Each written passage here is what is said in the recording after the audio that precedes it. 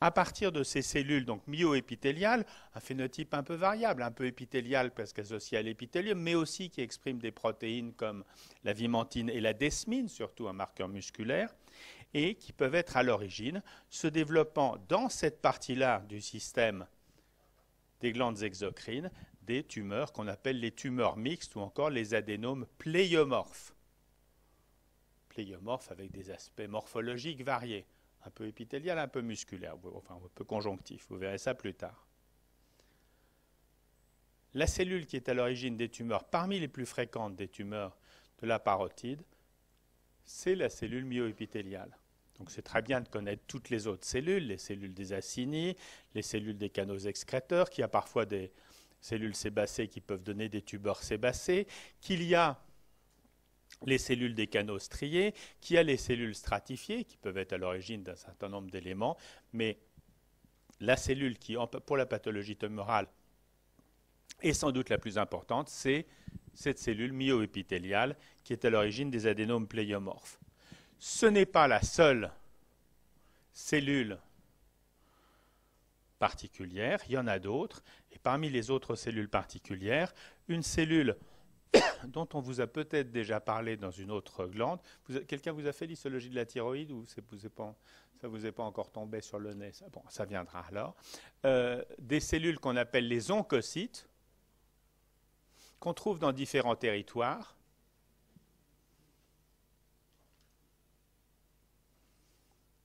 Et qui sont des cellules qui ont la particularité de pouvoir proliférer, donner des tumeurs qu'on appelle, quelle surprise, des oncocytomes.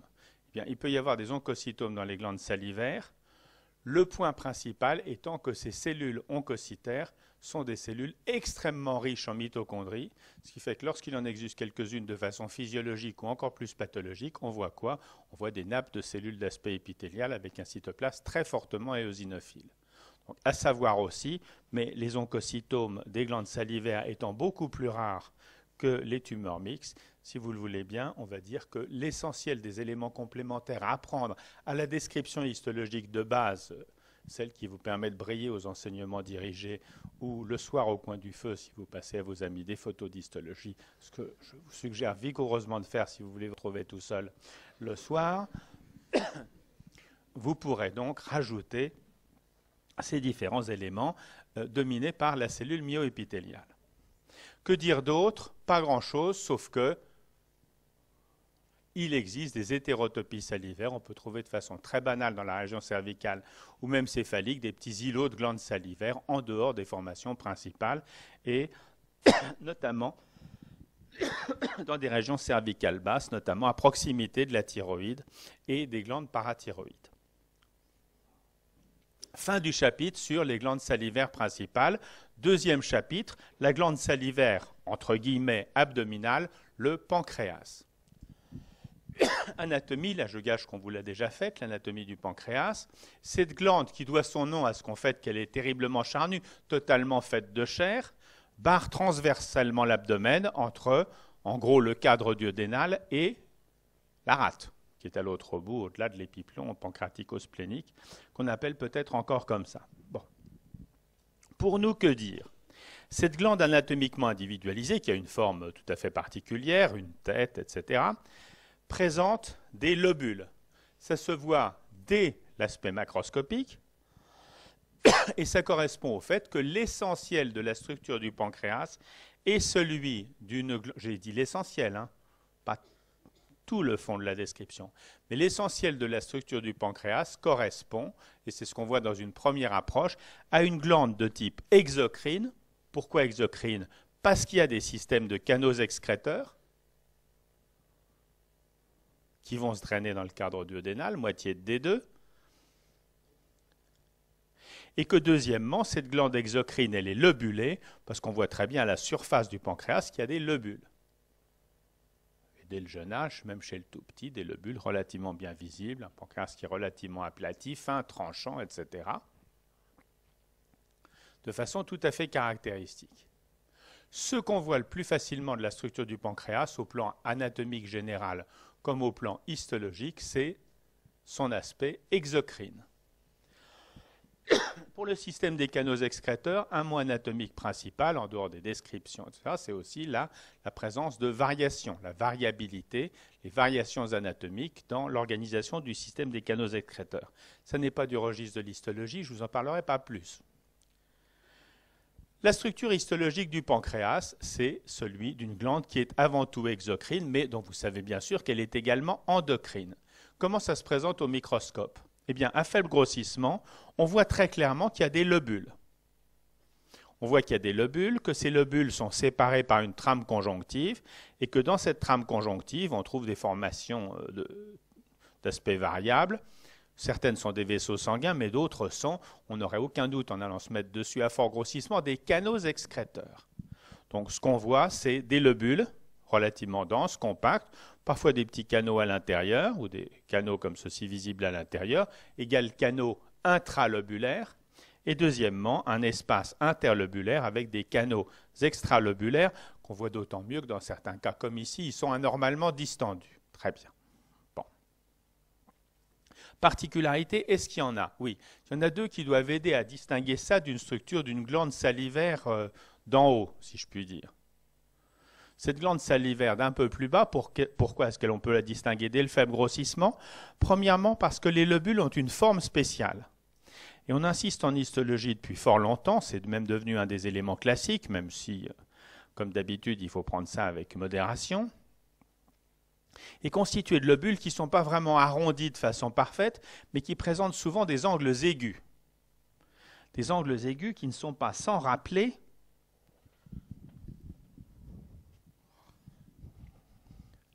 pour certains,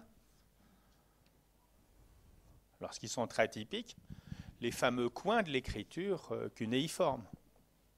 On appelle ça, cette lobulation du pancréas, même si ce n'est qu'approximatif, la correspondance. On appelle ça la lobulation cunéiforme du pancréas.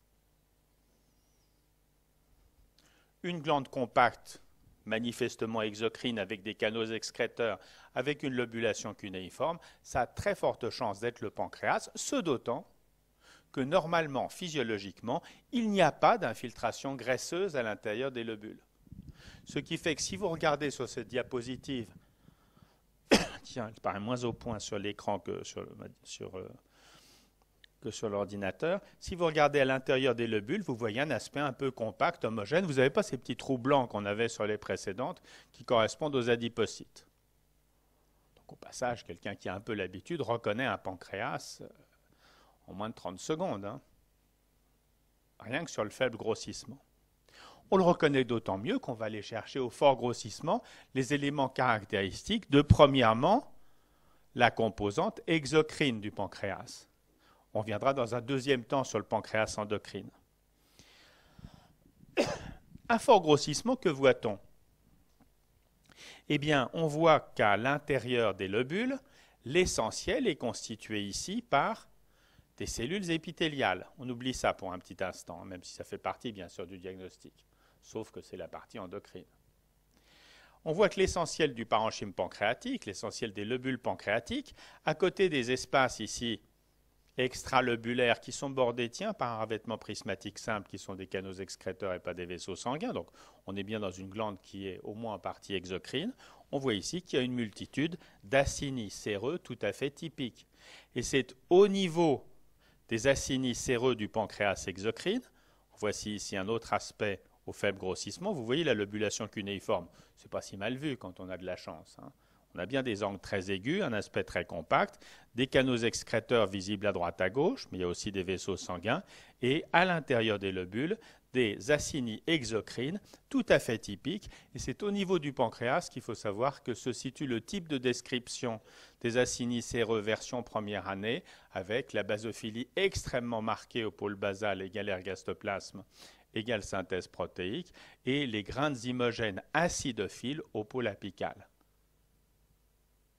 avec la sécrétion principale de notre pancréas qui est, je me tourne vers votre camarade qui avait donné la réponse tout à l'heure, parce que je suis sûr qu'il sait. Eh oui, il sait.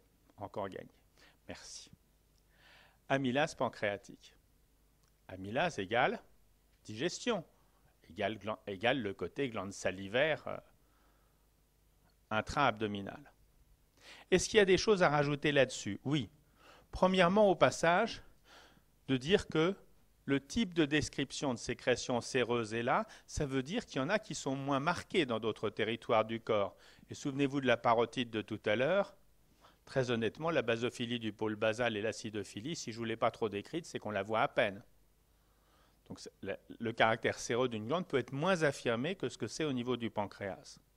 Deuxièmement, à l'intérieur de chaque acinie séreux pancréatique, il y a bien une sécrétion séreuse de type classique et le système fonctionne bien parce que la lumière virtuelle ou à peu près de chaque acinus séreux se draine dans un système de canaux excréteurs qui se prolonge d'abord à l'intérieur des lobules de telle façon qu'il y a des canaux intralobulaires, puis en dehors des lobules de telle façon qu'il y a des canaux interlobulaires ou extralobulaires de plus en plus volumineux qui vont former le Santorini, le Wirsung et aller d'une façon ou d'une autre, on a dit qu'il y avait des variations éventuellement, se jeter dans la paroi duodénale au niveau du deuxième duodénum. Très bien. Organisation histologique. Des particularités du système des canaux excréteurs, oui, il y en a. Que l'on décrit surtout en comparaison avec le système des glandes salivaires principales. Première particularité, il n'y a pas de canaux striés. Deuxième particularité, tous les canaux excréteurs du système pancréatique, depuis les plus petits au voisinage des acinies jusqu'aux plus volumineux au voisinage de la grande caroncule, par exemple, sont bordés par un revêtement épithélial qui est simple. Il n'y a jamais de stratification, il n'y a pas de stratification dans le système des canaux excréteurs pancréatiques. Troisième particularité, au niveau de l'origine du système des canaux excréteurs, près des acinies, on voit parfois quelques cellules épithéliales qui ne sont pas sécrétrices mais qui sont excrétrices, mêlées à l'intérieur de l'acinus. Et on vous décrit des cellules claires au centre des acinies. Dans ce cas-ci, elles sont particulièrement nombreuses, ce qui fait que j'ai choisi cette diapo pour vous le montrer. Mais elles illustrent quoi? Elles illustrent le fait que dans certains acinies séreux du pancréas, pour peu qu'on les recherche, qu'on sache que ça existe et qu'on regarde bien, on peut trouver à côté,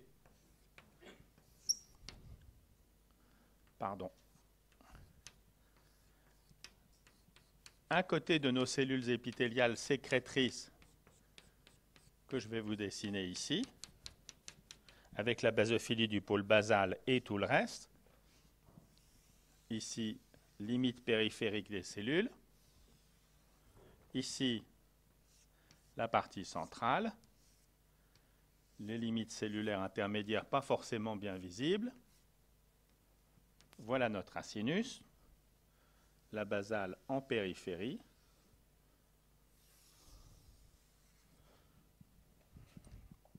Je vous épargne les grandes sécrétions parce que la craie rouge n'est pas bonne.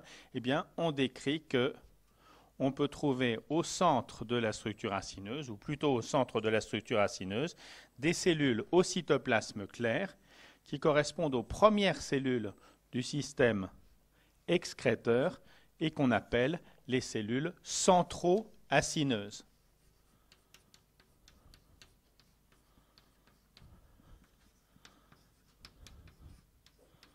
Ces cellules centro-acineuses, pour certains, elles sont pratiquement caractéristiques du pancréas,